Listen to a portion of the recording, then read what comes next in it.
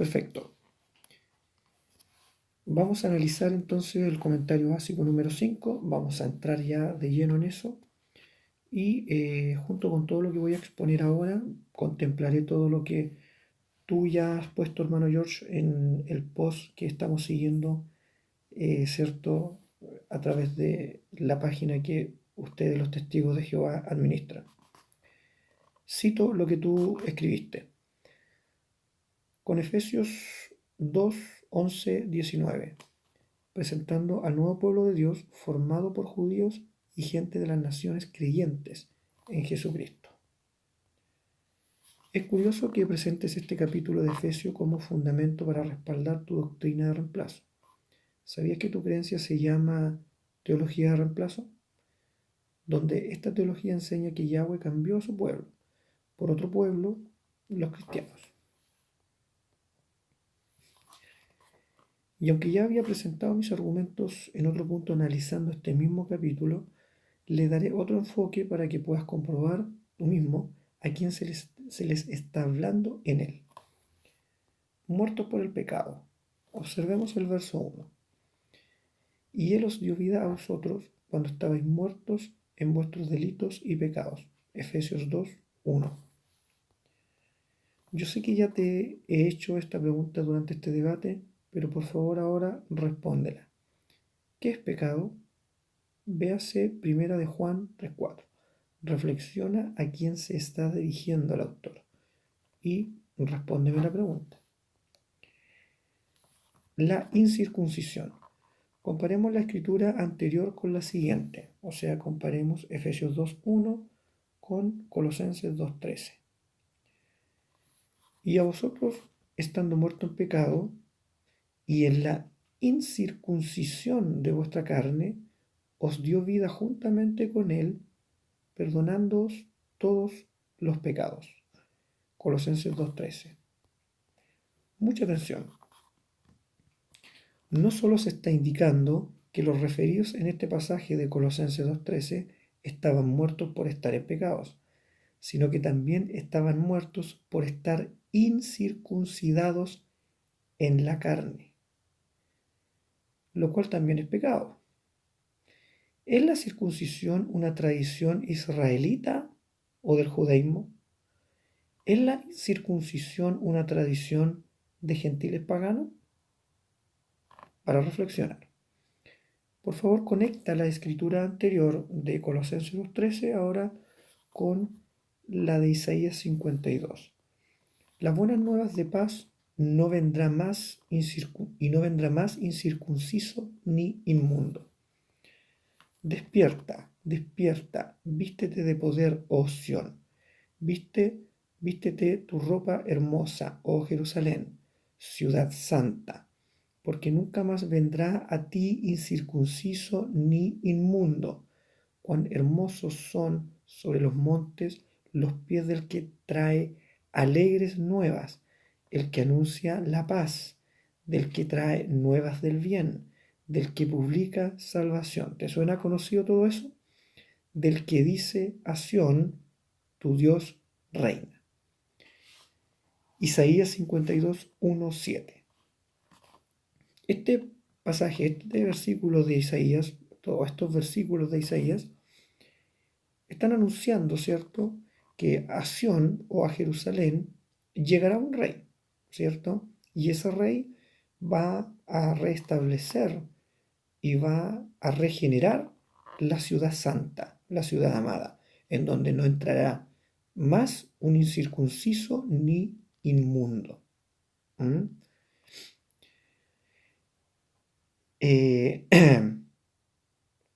Este rey que va a llegar traerá alegres nuevas, ¿cierto? Traerá la paz, traerá también nuevas del bien y publicará salvación. Parece que está hablando de Yeshua, ¿cierto? No cabe ninguna duda.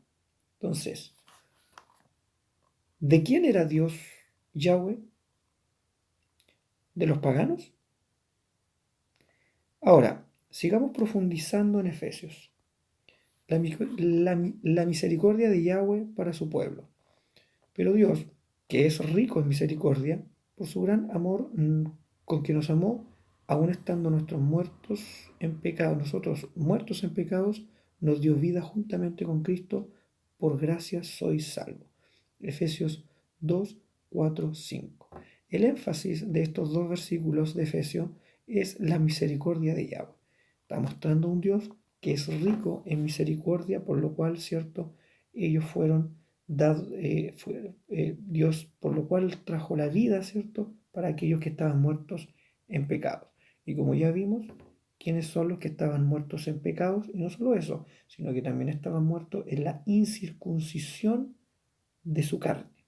No, no del corazón, ojo, de su carne. Si tú estudiaras la Biblia del inicio al fin, podrías conectar esta escritura con cientos de salmos, donde se hace una referencia clara a la misericordia de Yahweh. Entonces comprenderías que Yahweh está atendiendo el llamado de su pueblo, que halló gracia ante sus ojos, ante el Dios de Israel, y la cual está reservada exclusivamente para ellos, cumpliendo así su palabra. Por favor, revisa Salmos. Yo te voy a dejar todos esos salmos, porque los salmos fueron escritos mayormente por quiénes fueron escritos. Tú tienes que saber por quiénes fueron escritos y a quiénes se refieren los salmos que hablan, ¿cierto?, de este pueblo. Pero vamos a revisar algunos para que tú más o menos puedas ver eh, eh, quiénes están llamando a la misericordia de Yahweh. Revisemos, por ejemplo, el 101.1. Vamos a ver.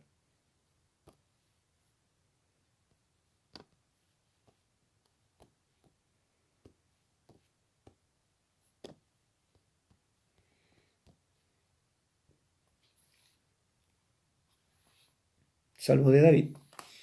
Misericordia y juicio cantaré, a ti cantaré, oh Jehová.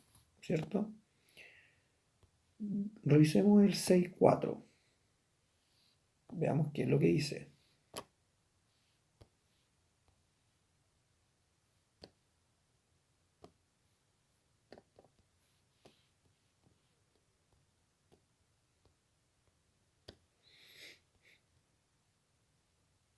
Vuélvete, oh Jehová, libra mi alma, sálvame por tu misericordia. El 44.26. Veamos el Salmo 44.26.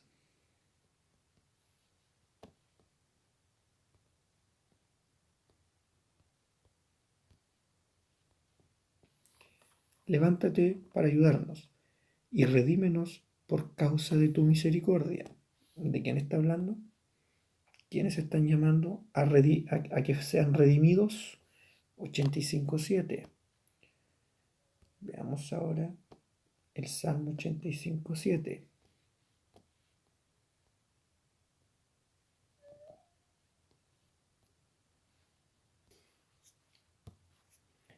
Salmos 85.7.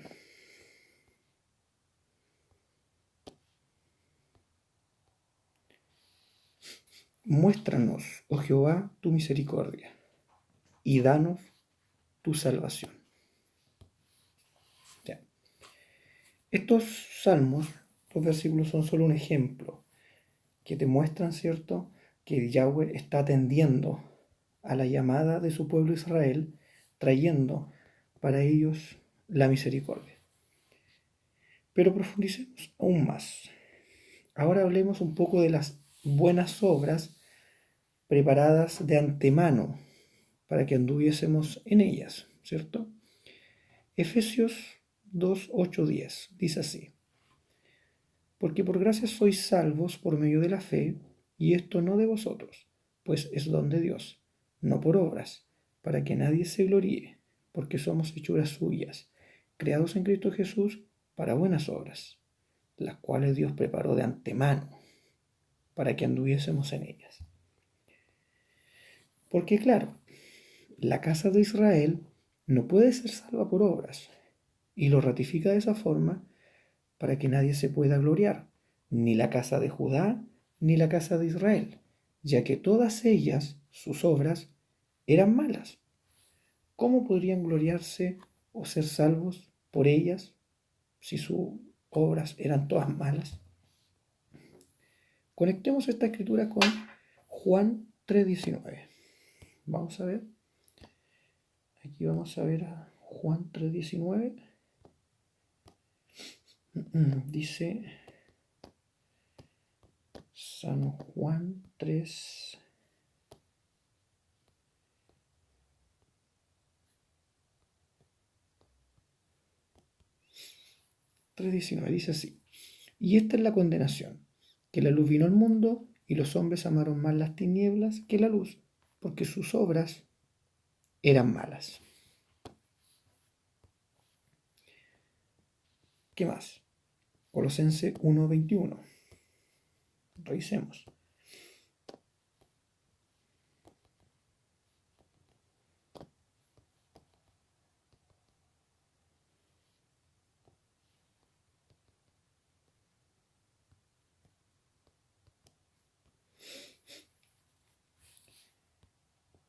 Y a vosotros también, que erais en otros tiempos extraños y enemigos en vuestra mente, haciendo malas obras, ahora os ha reconciliado. Vamos a hablar ahí de esos enemigos que eran extraños en la mente, eran enemigos de mente ellos. Zacarías 1:4. Vamos a ver qué dice esta escritura.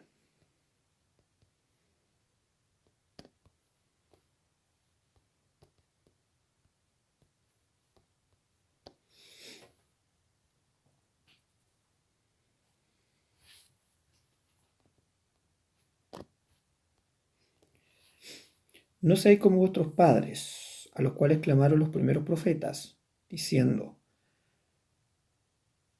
Así ha dicho Jehová de los ejércitos, volveos ahora de vuestros malos caminos y de vuestras malas obras. Y no atendieron, ni me escucharon, dice Jehová. Bueno, tú puedes revisar los otros ejemplos que yo te dejé ahí, las otras citas que yo te dejé ahí para que tú puedas seguir comprobando. Y hay cientos de otras escrituras más que dicen las malas obras, que tienen relación con las malas obras, que el pueblo que vino a salvar el Señor lo vino a salvar no por obras, sino que por gracia. Por eso dice que son salvos por gracia. No podían de ninguna forma ser salvos por obra. ¿Ya? Sin embargo, la palabra dice que nosotros somos hechura suya, ahora ya estamos salvos, ¿cierto? El pueblo de Israel fue salvo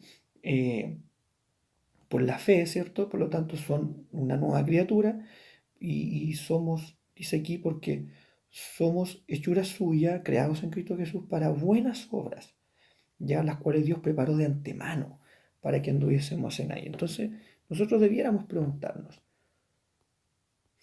dice, todas estas escrituras que yo te dejé aquí, que expresan y explican, ¿cierto? Todas las malas obras, todas ellas expresan claramente la razón por la que el pueblo de Israel fue enviado a cautividad, tanto la casa de Judá por 70 años a Babilonia, como la casa de Israel a Asiria, hasta el día de hoy, quienes aún no han regresado porque fueron divorciados.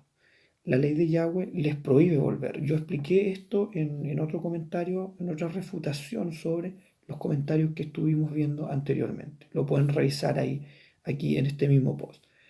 Entonces, aquí todo estudiante bíblico debe reflexionar diciendo, si la salvación no es por obra, pero somos hechura suya para buenas obras, ¿qué son esas buenas obras? Y adivina dónde encontrarás esa respuesta. Sí, es lógico, en las únicas escrituras que existían cuando Efesios 2 estaba siendo escrito, el Antiguo Testamento. Y si buscas en las siguientes citas, por ejemplo, en Levítico 19:37, vamos a verlo.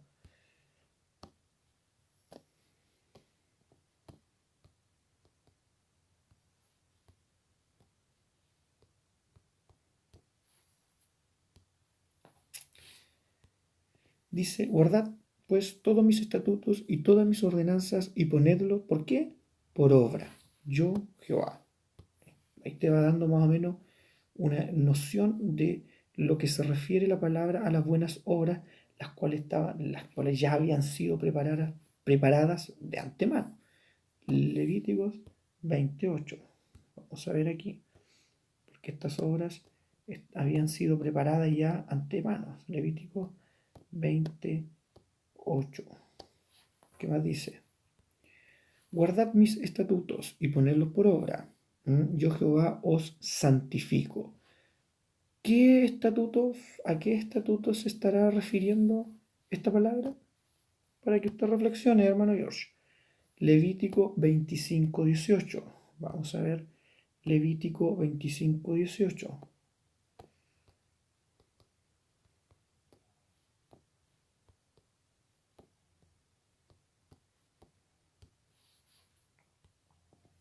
Ejecutad pues mis estatutos y guardad mis ordenanzas y ponedlos por obra y habitaréis en la tierra seguros. Qué interesante. Bien, y tú puedes seguir revisando los otros pasajes que yo te dejé ahí para que tú puedas comprobar y puedas entender con mayor claridad qué es lo que debemos poner por obra. Cuando Jesús dice que o cuando el autor, ¿cierto?, de Efesios nos está diciendo que porque somos hechura suya, creados en Cristo Jesús para buenas obras, las cuales Dios preparó de antemano, porque la ley, sus mandamientos, sus estatutos los dio, ¿cierto? Cuando creó a su pueblo Israel, para que anduviésemos en ella. Entonces ahí tú lo vas a poder entender. ¿Ya? Ahora, comprueba a qué se refiere también Efesios 10 cuando dice para que anduviésemos en ella. Relaciona nuevamente estas escrituras ahora. Éxodo 16:14. A ver, vamos a ver qué dice Éxodo 16:14 con relación a que anduviésemos en ella. ¿Qué es lo que nos está diciendo? ¿Qué nos está diciendo las escrituras? Éxodo 16:14, ¿cierto?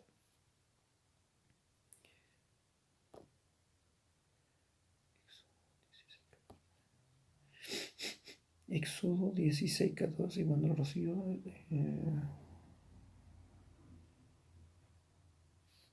no. Espérate, no parece que esta escritura está.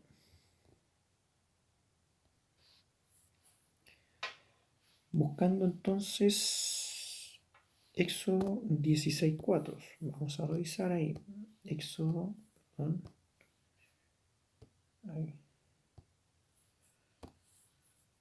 Entonces vamos a buscar Éxodo 16:4. Y dice así: Jehová dijo a Moisés: He aquí yo os haré llover pan del cielo, y el pueblo saldrá y recogerá diariamente la porción de un día, para que yo los pruebe si andan en mi ley o no. Entonces ahí te va a ir quedando claro, ¿cierto? Cuando Efesios 2 dice para andar en ellas, ¿en qué? En las buenas obras.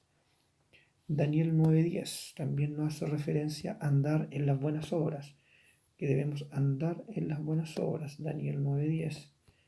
Daniel 9:10, ¿cierto?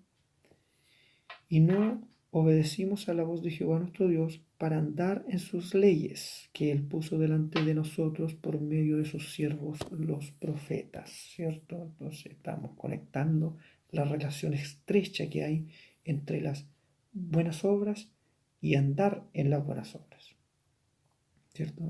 Que lo que son las buenas obras y andar en ellas. Esa es la relación que estamos haciendo. Jeremías 26:4. A ver qué nos dice Jeremías 26:4.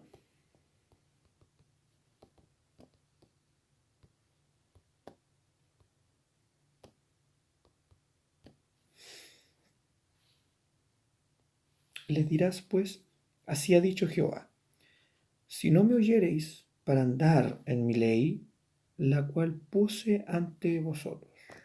Bueno, si tú sigues estudiando todas esas citas que yo te dejé ahí, para que puedas reflexionar en ellas, entonces podrás entender con claridad por el camino que debemos seguir, ¿ya? De esta forma, cumpliéndose el propósito de todas las profecías que figuran en la ley de Yahweh y sus salmos, para dar sentido lógico a todo lo que se revela en el Nuevo Testamento. Revisa con mucha atención lo que dice y lo que revela Lucas 24:44. Lo tengo aquí. Y les dijo: estas son las palabras que os hablé, estando aún con vosotros, que era necesario que se cumpliese todo lo que está escrito de mí en la ley de Moisés y en los profetas y en los salmos. En Lucas 24:44. Entonces, es allí donde hay que ir a buscar las definiciones. Es allí donde nosotros tenemos que ir a buscar lo que está escrito de la ley, lo que está escrito de quién, de Yeshua. Porque recuerden que Yeshua es la ley. Perdón.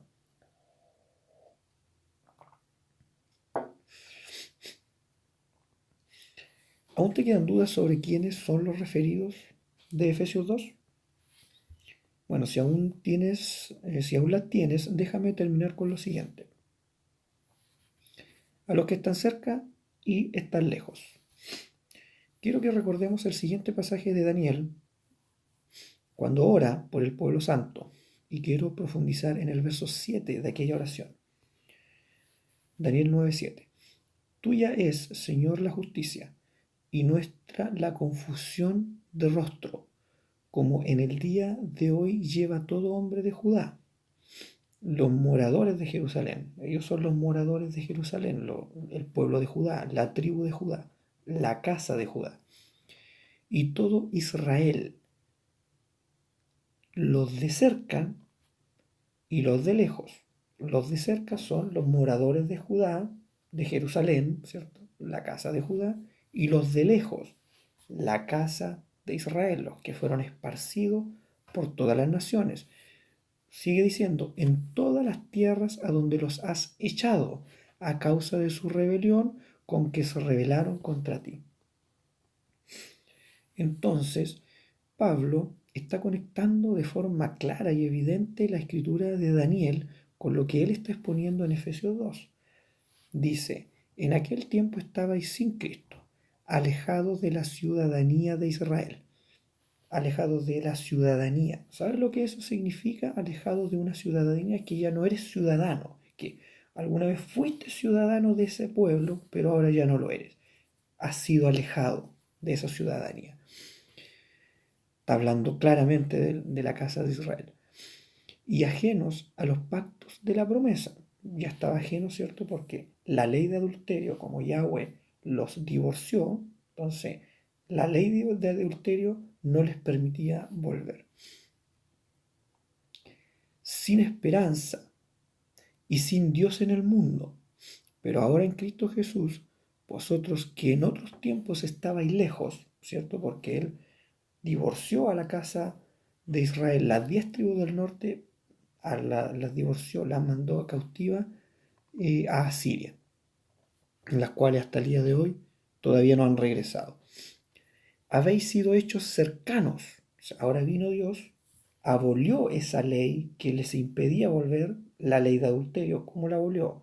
Sino que no es que la haya abolido, sino que lo que hizo él fue matar al primer hombre, ¿cierto? Que la divorció para que él pudiera volver a casarse con un hombre nuevo. Y que ese nombre nuevo fue el que resucitó después de 3 días. Ahora podían volver, entonces habéis sido hechos cercanos por la sangre de Cristo, porque Él es nuestra paz, ¿cierto? Que de ambos pueblos hizo uno. ¿Cuál es pueblo? La casa de Judá y la casa de Israel, de eso está hablando. Derribando la pared intermedia de separación, porque la casa de Judá sabía que ellos no podían volver, no los podían permitir, ¿cierto?, ser parte de la ciudadanía de Israel, porque esta ley de adulterio les impedía volver. Esto es el gran misterio que explica Pablo aquí en Efesios, que explica Pablo claramente en Romanos 7. Es el gran misterio que por muchos años nadie podía comprender. Pablo sí lo pudo entender y lo estaba tratando de explicar. Aboliendo en su carne las enemistades, la ley de los mandamientos expresados en ordenanzas. Ellos tenían, yo te había explicado en otros puntos, ¿cierto? Que ellos tenían leyes orales, el Talmud, ¿cierto? El judaísmo inventó o preparó, ¿cierto? Estas leyes orales que dentro de todas estas leyes les prohibían a todos los judíos, los que vivían en Jerusalén, acercarse a los gentiles que le llamaban ellos, que eran los que estaban en el Ponto, en Capadocia, en Bitinia, en Galacia, ¿ya? Los expatriados de la dispersión. Hay una carta de Pedro que los nombra a todos y le dice saludos a los expatriados de la dispersión. Ellos son las 10 tribus de la casa de Israel. Entonces ellos no se podían juntar con ellos, estaba prohibido sentarse siquiera a la mesa a comer con ellos, estaba prohibido. Entonces esa es la ley de mandamientos expresados en ordenanzas que ellos inventaron para separarse de este pueblo, para crear en sí mismo de los dos, ¿cierto? De la casa de Judá y la casa de Israel, uno solo y un nuevo hombre. Ahí nació el nuevo hombre, que es el nuevo Cristo, después de haber muerto, resucitó, ahora para que la casa de Israel se pueda casar con él. Por eso existen las bodas del Cordero. Bien, haciendo la paz y mediante la cruz reconciliar con Dios a ambos en un solo cuerpo, matando en ella las enemistades. Se unieron, se reconciliaron. ¿Cierto? Esto es lo que va a venir a hacer ahora Yeshua cuando regrese. Y vino y anunció las buenas nuevas de paz a vosotros que estabais lejos, a la casa de Israel que estaba lejos, alejado de la ciudadanía de Israel, porque no podían volver, pero ahora le anunció las nuevas buenas. Ahora tú, casa de Israel, tú puedes volver, porque ahora hay un hombre nuevo con el cual tú te puedes casar. Y a los que estaban cerca, que eran los que vivían en Jerusalén, o sea, la casa de Judá. Mira lo similar que es a la escritura anterior, Ezequiel 37. Dice así, aquí esto te va a hacer mucho sentido. Hijo de hombre, toma ahora un palo y escribe en él para Judá y para los hijos de Israel sus compañeros. Está hablando de la casa de Judá.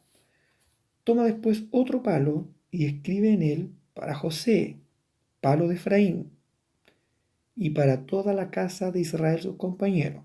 Recuerda que la casa de Israel, que eran las 10 tribus, se conocían con el nombre de José, de Efraín y de la casa de Israel. Esos eran los 3 nombres que tenía la casa de Israel. De ellos está hablando. Júntalos luego el uno con el otro para que sean uno solo y serán uno solo en tu mano. Y cuando te pregunten los hijos de tu pueblo diciendo, ¿no nos enseñarás qué te propones con eso? Diles, así ha dicho Jehová el Señor. He aquí, yo tomo el palo de José, o sea, él toma la casa, el palo de José, el estandarte de José, que está en la mano de Efraín, hablando de la casa de Israel, y a las tribus de Israel sus compañeros, y los pondré con el palo de Judá, con la casa de Judá, los va a unir, y los haré un solo palo, y serán uno en mi mano, y les dirás, así ha dicho Jehová el Señor, he aquí yo tomo a los hijos de Israel de entre las naciones a las cuales fueron, a las cuales él mismo divorció, ¿cierto? Y las esparció por los 4 vientos de la tierra, y los recogeré de todas partes y los traeré a su tierra. Esto que se está mencionando aquí cuando dice, y los recogeré en todas partes, está hablando del arrebatamiento. Esta es la teología que se conoce también como el rapto. Cuando hay una palabra, ¿cierto?, en la escritura que dice que uno será tomado y el otro será dejado, de esto está hablando. Él está profetizando de que a su pueblo Israel, a todos los lugares, dice que lo echó a las cuatro esquinas del mundo, él desde allí los va a tomar en sus brazos, dice en algunas escrituras, que va a enviar a todos sus ángeles y los va a traer en sus lomos, en sus brazos, y los va a llevar a la tierra de Israel. Entonces dice, he aquí, yo tomo a los hijos de Israel de entre las naciones a las cuales fueron, y los recogeré de todas partes, y los traeré a su tierra, los hará volver, y los haré una nación en la tierra, en los montes de Israel. Está siendo muy específico dónde va a ser esa nación. Y un rey será a todos ellos por rey. ¿Quién creen ustedes que será ese rey? Yeshua. Y nunca más serán dos naciones, porque eran dos naciones. Era una nación Israel, fueron separadas en dos naciones. La casa de Judá con 2 tribus por un lado, la casa de Israel con 10 tribus por otro lado. Entonces ahora la promesa es que Yeshua viene, los reconcilia y son un solo cuerpo. ¿Te suena conocido todo eso, cierto? Y nunca más serán dos naciones y nunca más serán divididos en dos reinos. Esto no ha pasado todavía, hermano George. Esto no ha pasado. Esto es una profecía de Ezequiel en el capítulo 37, 16, 19, 21, donde te está explicando esta profecía fantástica en donde Yahshua viene a establecer su reino en el monte de Israel y hará a su pueblo uno solo como siempre pudo ser o como pudo ser durante 3 gobiernos. Aquí no todo el mundo sabe, pero fueron solo 3 reyes los que gobernaron a Israel como las 12 tribus: Josué, David y Salomón. Esos fueron los 3 reyes que gobernaron a las 12 tribus. Después se separaron y hubo un rey para la casa de Israel, un rey para la casa de Judá. Entonces ahí hubo la separación de ese pueblo. Entonces aquí está profetizando que Él los va a reunir y nunca más serán divididos en dos reinos. Esto no ha ocurrido todavía. Sigamos, el pueblo santo. Mucha terminología. Aquí hay que tener mucho cuidado con la terminología. Es muy importante conocer estas definiciones. Dice, por otro lado, Daniel pidió por el pueblo santo de Dios para que sea perdonado y redimido. Léase el capítulo completo de Daniel 7. El capítulo completo de Daniel 7 es la oración que él hace para redimir no solo a su pueblo que estaba, porque él estaba en medio del pueblo que estaba en cautividad en Babilonia, sino que estaba también pidiendo por los que estaban en la dispersión. Aquí lo vamos a leer. Y más adelante, en el mismo libro, Daniel le responde en el capítulo 12, Yahweh le responde. Y oí al varón vestido de lino, en una visión, que estaba sobre las aguas del río, el cual alzó su diestra y su siniestra al cielo, y juró por el que vive por los siglos, que será por tiempos y la mitad de un tiempos, y cuando se acabe la dispersión del poder de su pueblo santo. ¿Cuál es su pueblo santo? Israel. No hay otro pueblo santo. Entonces, cuando se acabe la dispersión, o sea, cuando se acabe la dispersión de la casa de Israel, que fueron dispersos por todas las naciones, cuando se acabe eso, ellos van a ser devueltos, ¿cierto? El poder y se va a reconstituir el poder de su pueblo, que es su ley. Todas estas cosas serán cumplidas. Con eso se va a marcar el cumplimiento. Por eso te digo que lo de acá, de Ezequiel, todavía no se ha cumplido, porque todavía esta dispersión no se ha acabado. ¿Ya? Dice que nunca más van a ser divididos en dos reinos. Entonces, allí esto se va a cumplir. En Daniel 12:7 lo está ratificando. Allí se va a acabar, ¿cierto? Cuando se acabe esta dispersión, entonces estas cosas serán cumplidas. Mira la semejanza una vez más con Efesios 2. Ahora, Efesios 2, versículos 17 y 19. Y vino y anunció las buenas nuevas de paz, ¿cierto? ¿Quién? Yeshua, el rey de Israel. A vosotros que estabais lejos, a ustedes, los de la casa de Israel, que estaban alejados de la ciudadanía de Israel, y a los que estaban cerca, los que vivían en Jerusalén, que era la casa de Judá. Porque por medio de los unos y los otros tenemos entrada por un mismo espíritu al Padre, ya que no sois, así que ya no sois extranjeros, ya dejaron de ser gentiles y extranjeros porque ellos se habían asimilado con las naciones, habían perdido su identidad, sino conciudadanos de los santos. O sea, ellos ahora volvieron a la ciudadanía de Israel, son del pueblo santo y miembros de la familia de Dios. ¿Mm? Es muy, muy, muy importante, ¿cierto? Lo que se está declarando aquí. Es muy poderoso lo que se está declarando aquí. Conclusión. Israel, una nación diversa.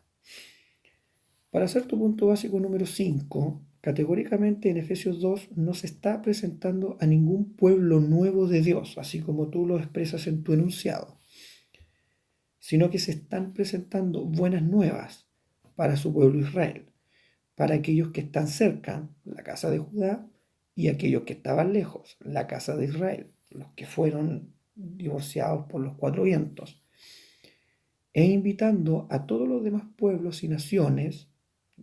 Aquí está haciendo una invitación también a todos los demás que creen en Yeshua, que eso sí tú lo dijiste bien al principio, que puedan ser injertados en el olivo. ¿A quién llamó olivo Yahweh? A su pueblo Israel. Se los dejo de tarea a ustedes para que lo comprueben. En palabras simples, invitándolos a ser parte de Israel, cumpliendo así el decreto establecido por Yahweh mismo sobre los extranjeros. Revisa con entendimiento Éxodo 12:49, número 15:16, Levítico 7:7, número 9:14. Y revisa este pasaje también, Levítico 24:22, que dice: un mismo estatuto tendréis para el extranjero como para el natural, porque yo soy Jehová vuestro Dios. Tú tienes que comprender, hermano George, de que cuando nosotros decimos, cuando tú dices, yo voy a regresar aquí a tu comentario inicial, cuando tú dices que aquí se está presentando un pueblo nuevo de Dios, que ahora está formado por judíos y por gente de las naciones, creyentes en Jesucristo, no es correcto lo que tú estás diciendo, porque Dios no está presentando un pueblo nuevo. Lo que está haciendo Dios, lo que se está haciendo o lo que se está presentando en Efesios 2:11, es el mismo pueblo de Israel compuesto por la casa de Judá y por la casa de Israel. Ahora, Él está abriendo las puertas, son 12 puertas por las cuales pueden entrar las naciones. Cada puerta tiene los nombres de las 12 tribus del pueblo de Israel.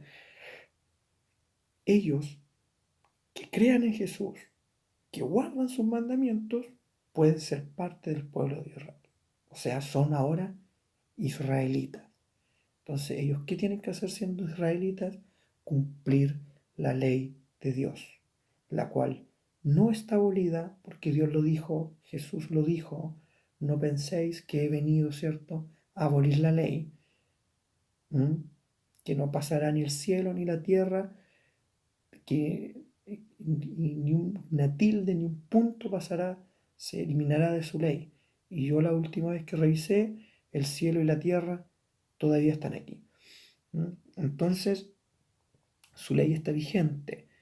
Nosotros debemos promover, hermano George, la ley de Dios para ir reconstituyendo ya el reino milenial de nuestro Jesús, porque nosotros tenemos la herramienta.